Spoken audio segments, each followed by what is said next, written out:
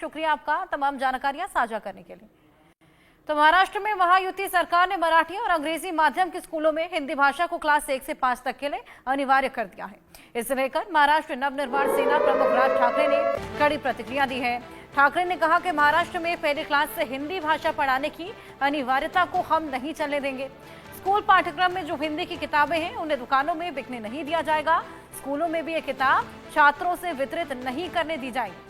इसका संज्ञान स्कूल प्रशासन को लेना चाहिए। राज ठाकरे ने लिखा कि मैं स्पष्ट शब्दों में कहना चाहता हूं कि ये जबरदस्ती महाराष्ट्र नवनिर्माण सेना कभी बर्दाश्त नहीं करेगी। सरकार द्वारा जो वर्तमान में हर जगह हिंदीकरण की कोशिश हो रही है उन्हें हम इस राज्य में सफल नहीं होने देंगे। हिंदी कोई राष्ट्रभाषा नहीं है, वो इस देश की अन्य भाषाओं की तरह सिर्फ एक राजभाषा है। तो फिर महाराष्ट्र में पहली कक्षा से ही इसे क्यों पढ़ाया जाना चाहिए? और इसी को लेकर आपको बताएं कि आज एक बेहद अहम बैठक भी होने वाली है राज ठाकरे के घर पर 11 बजे। ये पूरी बैठक जहां पर महाराष्ट्र में स्कूल में पहली से लेकर 5वीं तक हिंदी अनिवार्य को लेकर राज ठाकरे विरोध जता रहे हैं।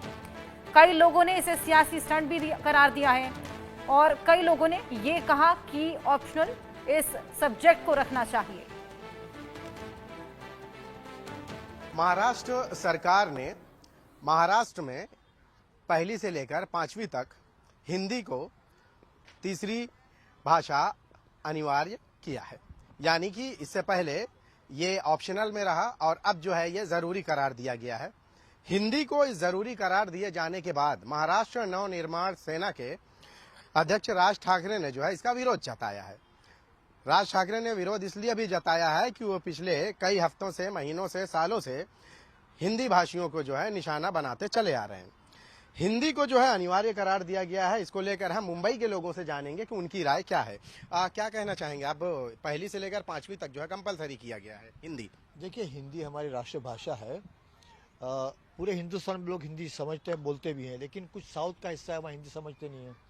यहाँ मराठी सबसे इम्पोर्टेंट लैंग्वेज है हमारे लिए, क्योंकि हम महाराष्ट्र में हैं। तो यहाँ तो ये कंपलसरी मराठी होना चाहिए, हिंदी कंपलसरी नहीं होना चाहिए। मराठी तो कंपलसरी है। हाँ, कंपलसरी है ना, तो वो ठीक है। हिंदी को ऑप्शन होना चाहिए। अच्छा। जिसको चाहिए वो पढ़े, जिसको नहीं चाहिए नहीं पढ़े, क्योंकि हर प्रांत का इंसान यहाँ रहता है मुंबई में, महाराष्ट्र में। तो मैं समझता हूँ कि किसी भी लैंग्वेज को कंपलसरी करना अच्छी बात नहीं है। आप ऑप्शन दो उसको, कि वो चाहे, जैसा हमको ऑप्शन था तो हमने गुजराती सिलेक्ट किया था, मराठी सिलेक्ट किया था जब मराठी कंपलसरी नहीं था। आज मराठी कंपलसरी है, तो हम महाराष्ट्र में रहते हैं, हम चाहते हैं कि मराठी को ज़्यादा ताकत देनी चाहिए, ज़्यादा महत्व देना चाहिए। मतलब कि हिंदी रहे लेकिन ऑप्शन के तौर पे रहे। ऑप्शन के तौर पे रहे। हमारी राष्ट्रभाषा है, हम हिंदी बोलते हैं, हमारी फिल्म इंडस्ट्री पूरी हिंदी और उर्दू पे बेस्ड है, तो उससे कोई बुरी बात नहीं है, लेकिन मतलब इसको ऑप्शनल रखना चाहिए, कंपलसरी नहीं करना चाहिए। क्या कहना चाहेंगे कि हिंदी को जो है अब कंपलसरी करार दिया गया है और मराठी और इंग्लिश तो पहले से थी ही, तो अब इसे जो है तीसरी भाषा के रूप में जो है वो किया गया है। आप क्या कहना चाहेंगे? अगर ये महाराष्ट्र में लोग रहते हैं महाराष्ट्र में, तो मराठी बोलना अनिवार्य है, बोलना चाहिए मराठी। जरूरी यहाँ पर मराठी बोलना, और सीखना भी जरूरी है कि हमारा कम्युनिकेशन मराठी में होता है। ज्यादा लोग यहाँ कि महाराष्ट्र के लोग, लेकिन जोर जबरदस्ती तो नहीं की जा सकती ना उसके साथ, जो राज ठाकरे का अभी आज के दौर में जो करना चाहिए, लेकिन कंपलसरी भी नहीं है, लेकिन बोलो अच्छा है, बोलना चाहिए, मराठी बोलना चाहिए। जरूरी है यहाँ बोलना मराठी। ज्यादातर महाराष्ट्र लोग है और अच्छी बात है मराठी बोलना। कंपल्शन नहीं है, मैंडेटरी मत कर दो, बोलना ही चाहिए ऐसा, लेकिन बोलो तो अच्छा है। हिंदी को जो है कंपलसरी करार दिया गया है, राज्य सरकार ने आज ये फैसला लिया, क्या कहना चाहिए? देखिए, मराठी महाराष्ट्र का कल्चरल आइडेंटिटी है, उसके साथ आप छेड़छाड़ नहीं कर सकते। Number 1, this will be set aside in any court proceedings going forward. एक तो ये।